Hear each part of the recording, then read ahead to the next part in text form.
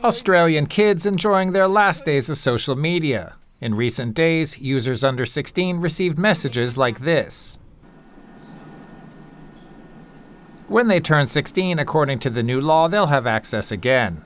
Australia's Prime Minister told his country's teens the measure is for their own good. You'll know better than anyone what it's like growing up with algorithms, endless speeds, and the pressure that can come with that. That's why we've taken this step to support you. Australia is the first country to implement a minimum age for social media use. The government says the overwhelming majority of parents favor a ban on Facebook, Instagram, TikTok, and other platforms for under 16s.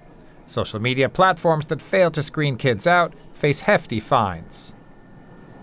Daniela Vecchio is a doctor who heads a clinic specializing in screen use disorders. She says the ban is an important step. So we started seeing an increased number of young people in the hospital, in the emergency department, who were harmed.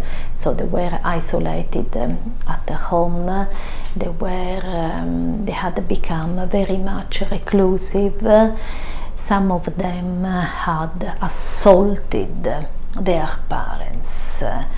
When limits were posed, children who were refusing to go to school, we had the families asking for help. Devastated families. Tech companies and free speech advocates have pushed back, and legal challenges are in the works. And many teenagers, the ones who will actually be affected, say the law singles them out unfairly. They don't realise how much of our life is actually on social media, and I think they just have to realise that it's a different world that they grew up in compared to us. When it comes to like cyberbullying and stuff, like it's not going to solve those kinds of issues. Kids are going to still go on it. Kids are still going to get cyberbullied. I think it'll have a pretty good impact, get me off my screen a bit, which is actually really good.